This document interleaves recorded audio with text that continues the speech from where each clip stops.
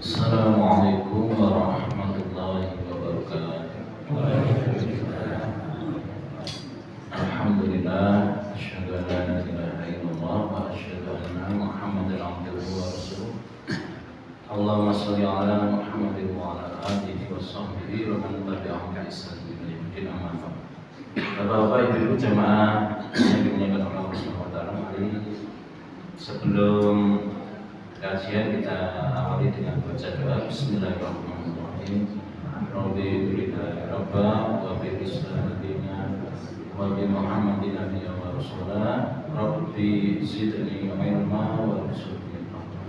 Selanjutnya kepada Ustaz Yulianto kami persilakan.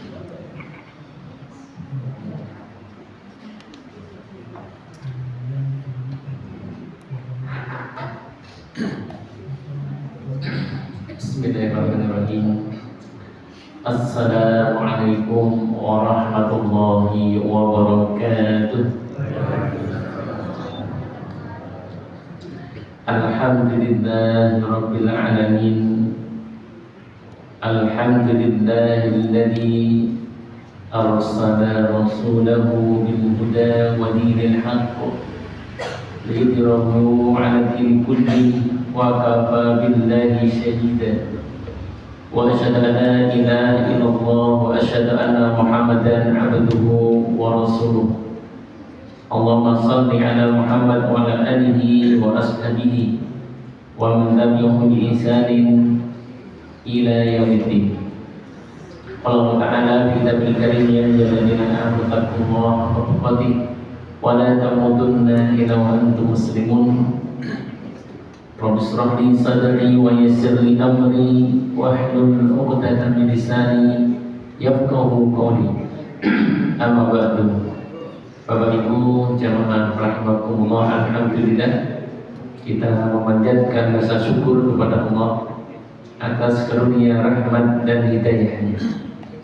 Pada kesempatan malam ini Allah berikan karunia rahmat dan hidayah sehingga kita bisa sholat maghrib dengan berjamaah. Kita lanjutkan untuk bersama-sama kita belajar mengambil faedah dari ayat-ayat Allah. Mudah-mudahan dengan niat kita ikhlas mencari mengharapkan ridha dari Allah, Allah senantiasa mencatat amal kita sebagai amal soleh yang diterima di sisi Allah Subhanahu wa taala. Amin Allahumma amin. Salawat serta salam semoga tercurah kepada Nabi kita Nabi Muhammad sallallahu alaihi wasallam, kepada keluarga, putra, sahabat, dan mudah-mudahan kita mendapatkan syafaatnya nanti di hari kiamat. Amin Allahumma amin. Bapak Ibu yang mudah-mudahan dirahmati Allah Subhanahu wa taala, malam ini kita sedikit mengulang, yaitu membaca surah Al-Kautsar karena berkaitan dengan Idul Adha Bapak Ibu dan syariat penyembelihan hewan kurban yang insyaallah tidak lama lagi yaitu kita akan berhari raya Idul Adha, sehingga kita ambil faedah-faedah karena nanti berkaitan juga dengan masalah fikih. Dan nanti apabila ada pertanyaan langsung saja, barangkali kita langsung tanggapi apabila ada berkaitan dengan masalah fikih, dan barangkali saya bisa menjawab. Kita baca dulu Bapak Ibu seperti biasa, sawali, nanti Bapak Ibu menirukan. A'udzu billahi minasy syaithanir rajim. A'udzu billahi minasy syaithanir rajim. Bismillahirrahmanirrahim. Bismillahirrahmanirrahim. Bismillahi dengan nama Allah, Ar-Rahmani yang Maha Pengasih, Ar-Rahimi yang Maha Penyayang. Inna a'tainakal kautsar. Inna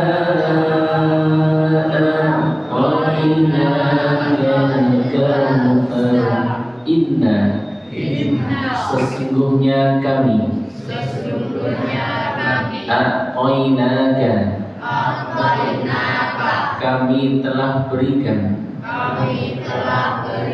kepada engkau al-kautsar nikmat yang banyak.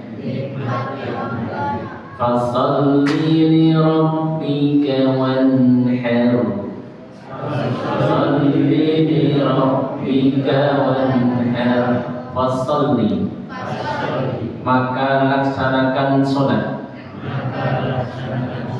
li rabbika untuk Tuhanmu wanhar dan berkurbanlah.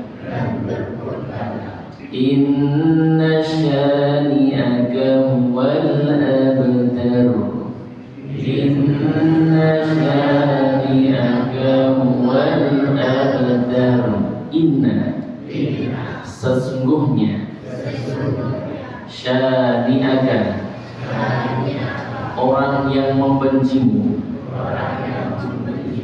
huwa dialah al-abtar orang yang terputus. Bapak Ibu jamaah rahimakumullah, sudah kita sampaikan surat ini berkaitan dengan meninggalnya putra Nabi Muhammad SAW yang bernama Al-Qasim. Jadi salah satu putra dari Nabi Muhammad SAW adalah namanya Al-Qasim, ya. Sehingga Nabi Muhammad SAW punya kunyah yaitu Abul Qasim. Kunyah itu apa? Kunyah itu nama yang diawali dengan abun atau umun. Abun atau umun. Misalkan bapak-bapak atau ibu-ibu punya anak, ya, anaknya namanya Abdullah. Ya, nanti yang bapak punya kunyah Abu Abdillah. Ya. Anak-anak namanya Maryam, bisa punya kunyah namanya Abu Maryam. Ya, kalau ibu punya kunyah yaitu Ummu Maryam. Ya, jadi Abun artinya bapak. Ya, orang Jawa ya bapak nih seperti itu. Kalau ibu ya ibu nih. Nah, sehingga bapak ibu jamaah rahimakumullah, ketika Qasim, ya, putra Nabi SAW meninggal dunia, orang-orang mencela, orang-orang mengolok-olok. Putira Muhammad telah terputus nasabnya. Nabi itu kalau diejek bapak ibu, diolok-olok, aja Nabi itu diam, ya. Tapi Allah turunkan ayatnya, inna syani'aka huwal abtar. Sesungguhnya orang yang membencimu hai Muhammad, dia yang terputus. Sehingga bapak ibu jamaah rahimakumullah, Nabi Muhammad SAW walaupun beliau sudah meninggal dunia, tapi masih kita sebut namanya harum, dan kita doakan setiap hari, kita sebut namanya dan kita doakan. Itu menandakan umurnya panjang. Sehingga bapak ibu, umur yang panjang bisa secara maknawi, bisa secara hakiki, ya. Secara hakiki umurnya betul-betul panjang, 70, 80, 85. Ya, kalau sekarang 90 sudah jarang-jarang, ya, 80 itu sudah bisa dikatakan umur yang panjang. Ya, sebaik-baik orang adalah mantola umruhu wa hasuna amaluhu. Orang yang panjang umurnya tapi baik amalnya. Bisa juga makna yang kedua, umur panjang adalah secara maknawi, ya. Walaupun mungkin umurnya tidak terlalu panjang, ya, tapi berkah, ya, berkah. Ada sebagian imam yang umurnya tidak panjang, mungkin 40 tahun, tidak sampai 50 tahun, menulis kitab, menulis karya, ya. Imam Nawawi menulis kitab Arba'in Nawawi Riyadhus Shalihin. Beliau sudah meninggal jasadnya, iya. Tapi hari ini masih dikaji apanya kitabnya, Riyadhus Shalihin, Arba'in Nawawi, bermanfaat untuk umatnya. Dan ini adalah menandakan umurnya bermanfaat, umurnya panjang. Ya. Maka Bapak Ibu, orang yang beruntung adalah orang yang apabila sudah terputus ruh dan jasadnya, tapi tidak terputus amal solehnya. Itu adalah orang-orang yang beruntung, dan itu adalah ciri umurnya panjang. Ya, umurnya panjang. Nah, Bapak Ibu yang dirahmati Allah SWT, Allah mengingatkan kepada Rasulullah SAW, Allah telah berikan nikmat yang banyak. Al-Kautsar makna yang pertama adalah nikmat yang banyak. Makna yang kedua adalah nahrun fil jannah, sungai yang ada di surga. Jadi ada namanya Al-Kautsar. Sungai tadi itu nanti akan tembus, nanti ketika di hari kiamat ada namanya Al-Haud. Apa itu Al-Haud? Telaga. Telaga juga namanya telaga Al-Kautsar. Dan ini juga disediakan ya untuk umat Nabi Muhammad SAW yang ittiba kepada sunnah-sunnah beliau Nabi Muhammad SAW. Maka orang yang minum dari telaga tersebut disebutkan dalam hadis, man yasrab minhu lam yatma ba'dahu abada. Tidak akan pernah ya, barang siapa minum dari telaga tersebut satu kali terbuka, tidak akan pernah merasakan haus selama-lamanya. Sehingga Bapak Ibu, mudah-mudahan nanti kita diberikan kesempatan untuk meminum dari telaga Al-Kautsar tersebut. Amin Allahumma amin Allahumma amin. Kemudian Bapak Ibu yang dirahmati Allah SWT, secara khusus ayat ini adalah turun berkaitan dengan nikmat yang Allah berikan kepada Rasulullah SAW. Tapi dalam kaidah tafsir disebutkan al-ibrah bi umumil lafz la bi khususis sabab. Yang dianggap itu adalah keumuman lafaz, ya. Bukan sebab turunnya ayat, bukan sebab turunnya ayat kepada siapa. Iya betul, ayat tersebut khusus kepada Rasulullah SAW, tapi ini juga berlaku untuk umatnya. Ya, apa itu? Allah telah berikan kita nikmat yang banyak. Ya, sehingga Bapak Ibu, mari kita berusaha menjadi orang-orang yang bersyukur kepada Allah. Nikmat Islam, nikmat iman, nikmat sehat, nikmat umur panjang, kita bisa beribadah Bapak Ibu, itu nikmat. Ya, itu nikmat Bapak Ibu. Kita bisa makan hari ini, itu adalah nikmat yang harus kita syukuri. Ya, punya teman-teman yang baik, yang soleh, yang solihah, teman-teman ngaji, itu nikmat Bapak Ibu. Ya, ini hati kita dilonggarkan, ya, dilapangkan dada kita untuk menjalankan perintah-perintah Allah, itu adalah karunia Allah Subhanahu wa ta'ala. Bahkan ketika kita membaca tentang masalah doa Bapak Ibu, ya, ketika Allah ya mengilhamkan seseorang ya untuk berdoa, maka itu adalah ciri atau tanda Allah menghendaki keselamatan kepada kita. Jadi Bapak, doa mungkin bagi kita sebenarnya Bapak, kita tiap hari doa, tapi tidak semua orang diberikan ilham, diberikan hatinya untuk berdoa, ya.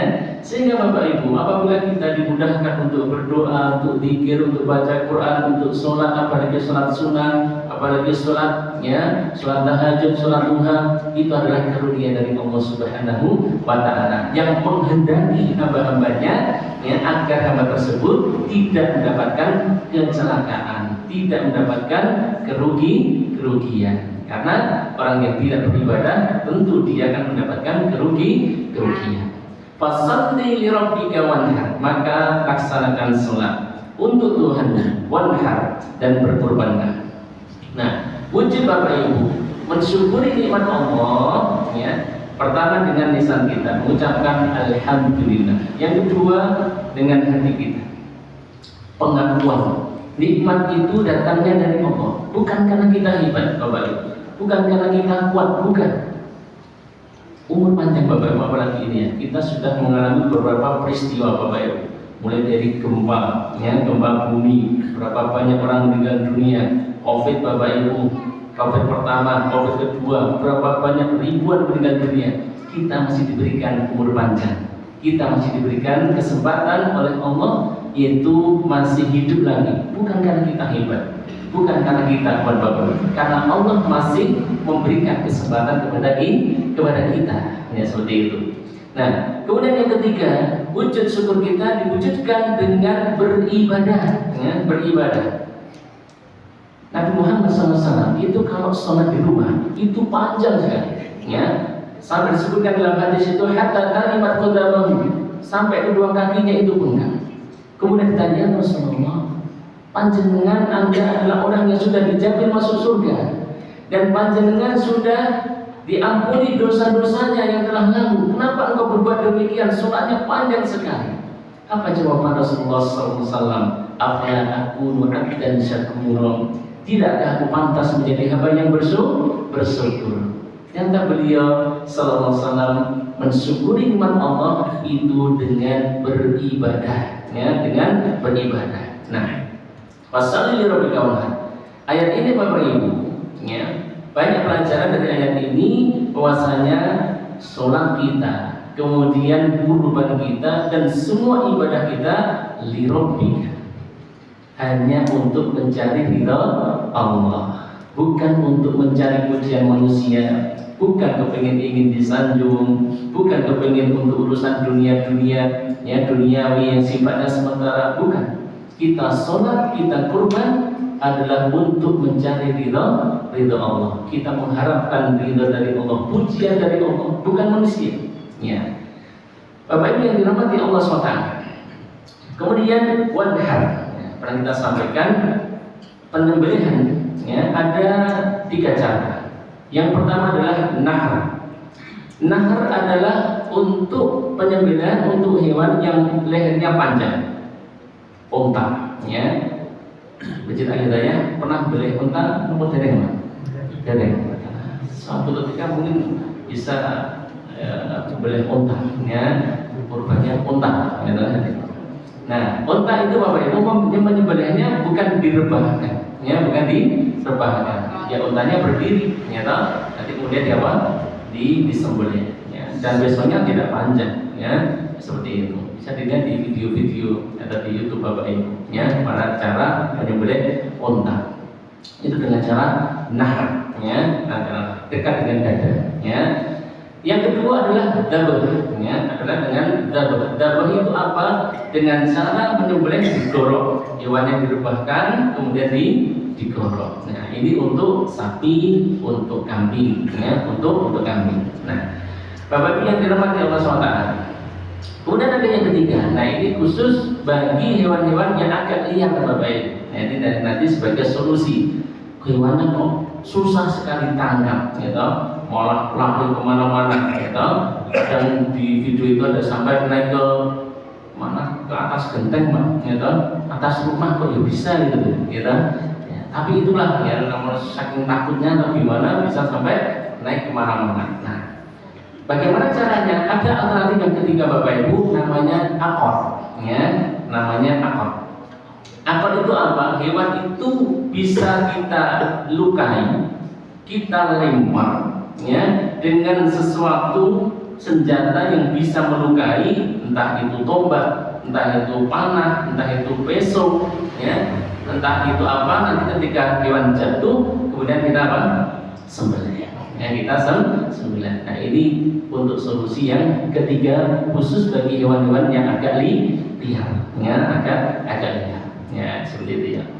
Ya, sekarang ada model terbaru namanya dikejutkan. Jadi ada hewan itu dikejut dengan listrik berapa volt, gitu kan, sehingga dia nanti kemudian baru disembelih.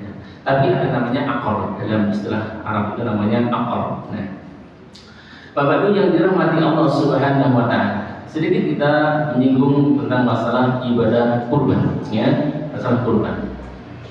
Kemudian dalam ayat Allah berfirman, "Walikulli ummatin ja'alna mansakan yadhkuru smallahi 'ala ma razaqahum min bahimatil an'am." Walikulli ummatin ja'alna mansakan, dan setiap umat kami jadikan mansakan, syariat penyembelihan hewan kurban. Liyadhkuru smallahi, agar mereka mengingat Allah, 'ala ma razaqahum, atas apa yang Allah berikan kepada mereka, min bahimatil an'am, untuk menyembelih, yaitu hewan kurban, yaitu yang disebut dengan hewan ternak. Istilah hewan ternak jangan dipahami sebagaimana orang Jogja ternak, Karena orang Jogja itu bebek juga ternak, ya. Tapi yang dimaksud dengan ternak hewannya sudah ditentukan. Apa itu? Pertama adalah unta, yang kedua adalah sapi, yang ketiga adalah domba. Ya, kambing itu meliputi kambing Jawa dan kemudian kambing apa? Kambing gembel, ya, kambing gembel. Nah, untuk unta Bapak Ibu, ya, umurnya 5 tahun, masuk ke 6. Kemudian sapi 2 tahun, masuk ke 3. Kemudian untuk kambing 1 tahun. Ya. Kemudian ada salah satu bagi mungkin Bapak Ibu yang barangkali ada sebagian yang uangnya kurang atau dia sedikit tapi kepingin kurban, ya, uangnya tapi nggak banyak, maka bisa dengan cara yang selanjutnya adalah pilih kambing yang gembel yang umurnya 6 bulan, ya, yang 6 bulan itu sudah sah untuk dikorbankan dan uangnya tidak terlalu banyak. Ya, itu mungkin sekitar nggak sampai 1,5 juta Bapak Ibu, ya, sampai 1,5 juta. Mungkin kalau ukuran normal ya 3 jutaan nih, 3,5 juta, 3 juta untuk kambing biasa. Ya, nah itu bisa agak minimal, ya. Jadi bagi orang-orang yang mungkin barangkali uangnya tidak terlalu banyak tapi ingin kurban. Tapi bagi orang yang diluaskan rezekinya jangan milih ini, ya, milih yang terbaik. Lantaran hatta tunfiqu mimma tuhibbun. Kalian tidak akan bisa mencapai kebaikan yang sempurna, ya, sehingga kalian infakkan apa yang kalian cintai, ya, apa yang kalian cintai. Sehingga memang itu untuk apa, ya? Untuk membuktikan bahwasanya kita adalah orang-orang yang ingin bersyukur kepada Allah karena Allah telah memberikan kita nikmat, ya, memberikan nikmat. Kita punya harta. Dulu kita nggak punya apa-apa, Bapak Ibu. Lahir kita Bapak Ibu ke dunia ini nggak bawa apa-apa, ya. Kemudian Allah berikan kita banyak nikmat. Ada yang punya kendaraan, punya mobil, punya rumah, punya simpanan, punya harta, ya. Kemudian Allah memerintahkan, ya, untuk berkorban, ya, berkorban. Sehingga harusnya disebutkan maka lahu sa'atun, barang siapa yang dia mempunyai kelebihan harta, punya kelebihan hartanya banyak, ya, falam yudhi, dan dia tidak mau berkorban, fala yaqrubanna musallana, jangan dia dekat-dekat dengan tempat salat kami. Ini Bapak Ibu, walaupun tentang hukum kurban ulama ikhtilaf, ya, tapi ini ada nasihat, ya, bagi orang yang diluaskan rezekinya oleh Allah, jangan bakhil, ya, jangan pelit, ya, jangan bakhil, ya. Uang yang kita punya Bapak, kalau kita meninggal dunia tidak akan dibawa, ya, tidak dibawa. Mumpung kita masih hidup Bapak Ibu, ya, tahu angan-angannya orang yang meninggal Bapak Ibu ingin hidup lagi, ya.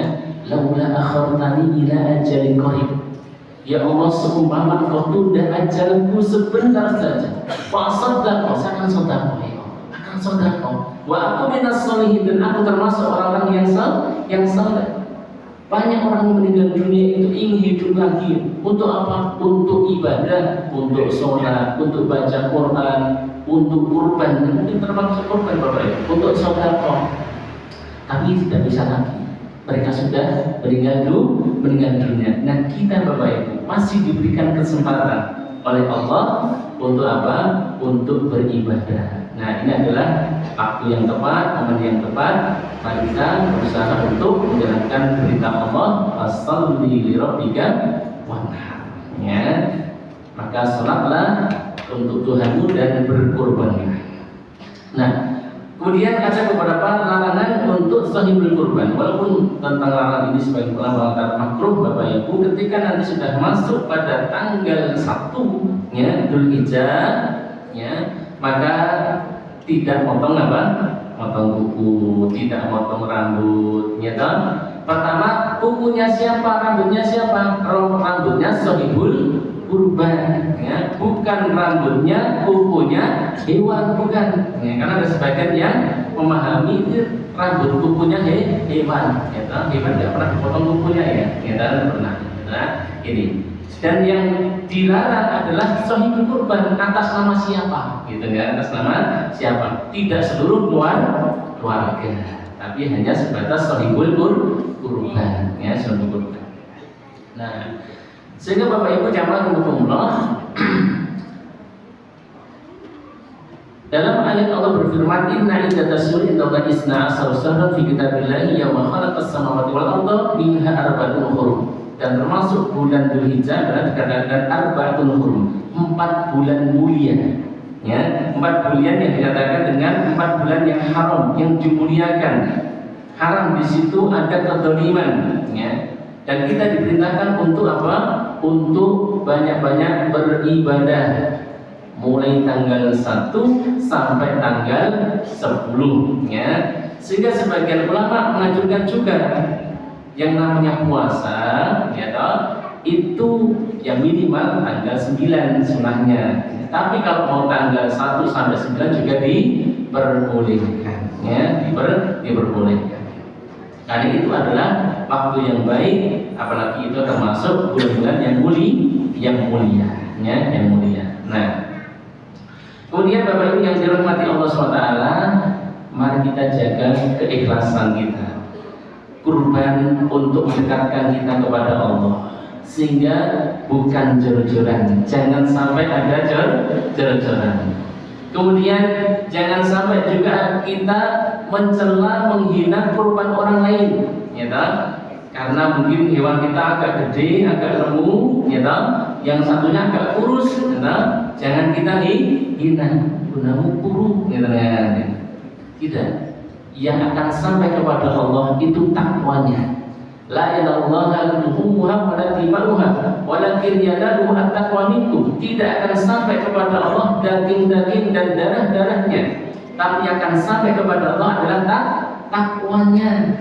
Bisa jadi Bapak Ibu, yang kambingnya mungkin kecil itu ternyata besar di sisi Allah SWT. Karena apa? Takwanya. Yang besar, yang gede bisa jadi nggak jadi amal karena dia sombong, dia merendahkan orang lain, dia ingin ria, dia ingin dipuji. Nah, sehingga Bapak Ibu jamaah rahimakumullah, kita harus apa? Menjaga niat kita untuk mengharapkan ridho Allah Subhanahu wa Ta'ala. Kemudian hewan tersebut tidak cacat, ya, tidak cacat. Arba'atun la tujza fil adhahi, 4 perkara yang tidak sah dijadikan untuk hewan kurban, yaitu yang pertama adalah jelas-jelas cicak kakinya, ya. Yang kedua adalah yang jelas-jelas buta, ya. Hewan yang sakit dan hewan yang sangat kurus ini jangan dijadikan apa?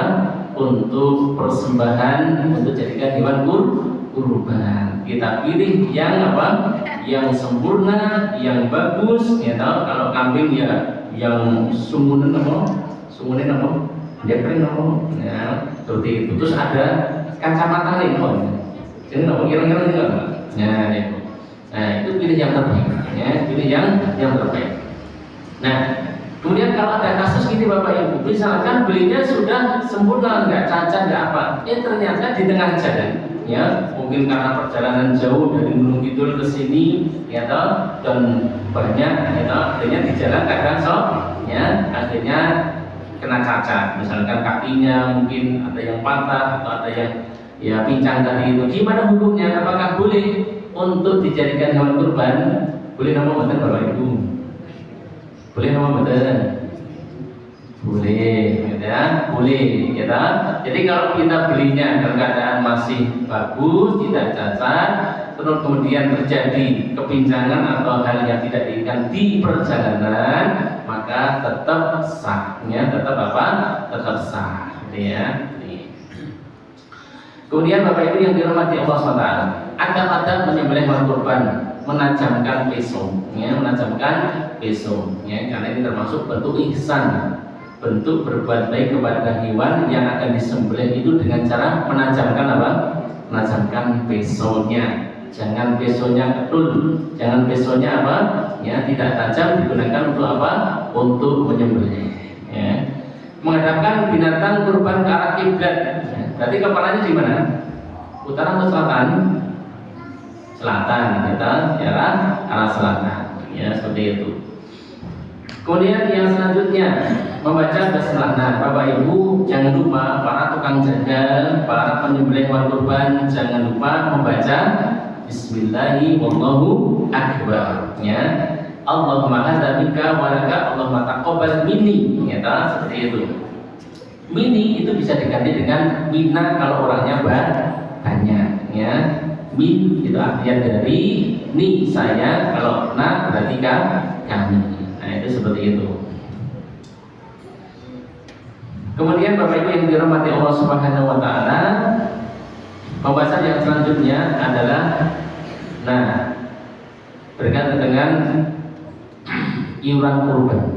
Ya, iuran kurban. Di sekolah-sekolah ada iuran untuk kurban. Berapa iurannya? 25.000 misalkan, karena anaknya banyak, ya terkumpul 3 juta, terus diberikan kambing. Apakah sah seperti ini dijadikan hewan kurban? Tidak sah, ya. Tapi itu dijadikan dengan latihan kurban. Akan menjadi nilai kurban apabila uang tadi yang terkumpul diberikan kepada salah satu orang, ya, salah satu orang. Nah, nanti bisa jadi yaitu bernilai kurban, ya, nilai kurban.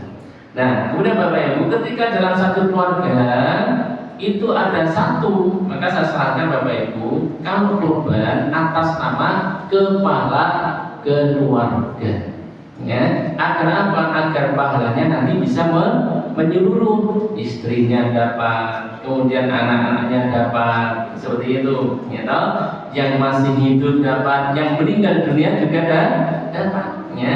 Sehingga Bapak Ibu, kalau tidak ada wasiat atau nadar, ya, itu tidak dikhususkan hewan tersebut untuk orang yang meninggal dunia. Ikutkan saja untuk orang yang masih hidup, nanti pahalanya akan sampai juga, gitu loh. Nanti bagaimana Bapak Ibu? Kalau nadar silakan, karena itu nadar. Kalau wasiat itu karena wasiat. Tapi kalau tidak ada nadar dan wasiat, maka ikutkan saja. Sebagaimana Rasulullah SAW mencontohkan, hada anni wa an ahli baiti. Ini kurbanku dan kurban keluargaku, ya, seperti itu. Berarti keluarga Nabi mencakup yang masih hidup atau yang sudah meninggal dunia. Nah, itu nih Bapak Ibu, terus diusahakan, ya, atas nama kepala keluarga, dan hindari atas nama anak yang masih kecil, apalagi yang belum balik, ya, karena ini adalah syariat atau sembelihan ibadah untuk orang-orang yang sudah balik, ya, sudah balik, gitu ya Bapak Ibu. Jazakumullah, jadi menghindari agar apa, pahalanya itu bisa lebih banyak, ya, lebih banyak. Wallahu a'lam. Demikian Bapak Ibu yang bisa kita sampaikan. Apabila banyak kesalahan, saya mohon maaf. Dari saya akhirul kalam, assalamualaikum warahmatullahi wabarakatuh.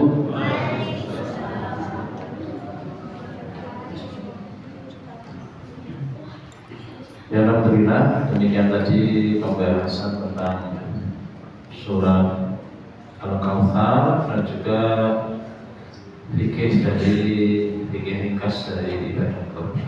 Mudah-mudahan kita semua bisa mengambil manfaatnya, bisa mengamalkannya.